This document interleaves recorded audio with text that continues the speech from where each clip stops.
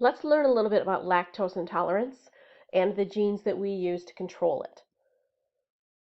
The enzyme lactase is not produced in the small intestines of a person who is lactose intolerant. About 50 million Americans have a condition called lactose intolerance.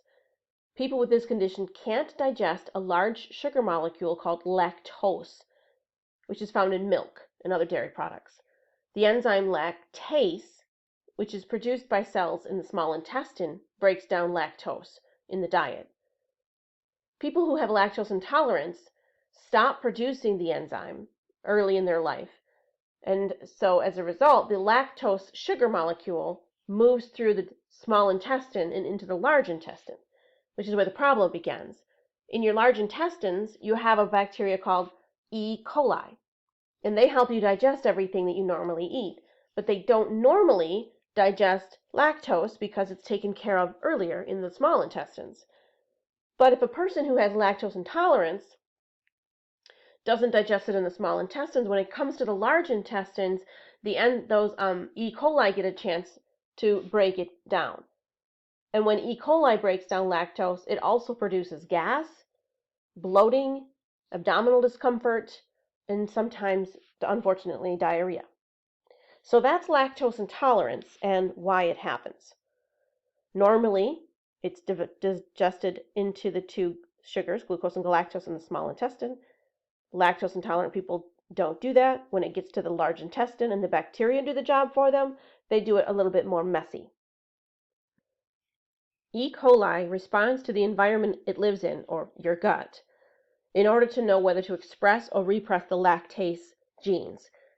E. coli prefer to eat glucose because it's the most simple form of sugar, but lactase is a collection of glucose and galactose, so it needs to be broken down before the bacteria can access the glucose. So if the lactose is absent in the environment, your gut, then the bacteria doesn't want to spend energy to make the enzyme to break down something that isn't there. So if lactose is absent, the process won't continue. That's when you'll see a repressor bind we'll discuss later. If lactose is present, it has to break down the lactose to get to the glucose, which is the other half of that molecule. So in that case, the presence of lactose will trigger the bacteria to produce the enzyme in order to break it down. And we're going to discuss those three genes and how this process works here in the next slide. There are 3 genes, each responsible for making one of the enzymes needed to break down lactose. They're located next to each other on the DNA strand. 1, 2, 3 here. Doesn't matter what we call them. The 2 regions on the DNA before those genes are called the operator and the promoter. So those are the 5 key players, plus the RNA polymerase and the repressor that we'll be introducing later. When there's no lactose present, we learned, the bacteria makes a protein called a repressor. The repressor binds to the operator. When the operator is blocked, the genes for lactose digesting enzymes can't be read. In other words, the genes are turned off. So let's see what that looks like.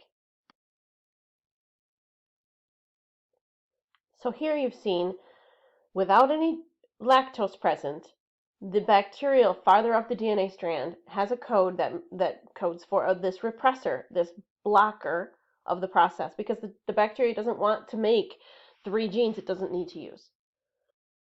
When lactose is present, which you can see here with these green dots, the repressor can't function. We'll show you why that is, but the lactose will bind to it and it won't be able to bind to the DNA strand.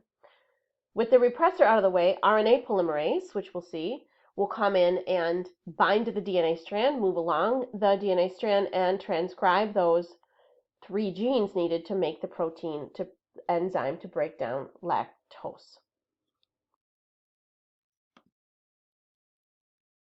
Here you see the lactose bonding and removing the repressor.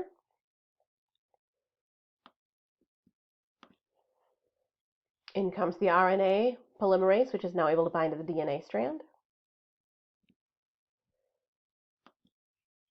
Now that the RNA polymerase is able to bind to the DNA strand at the operator and promoter region, it spits out this mRNA message, which is what the instructions will be to code these 3 genes into the enzymes that are responsible for breaking down lactose. We call them lactase.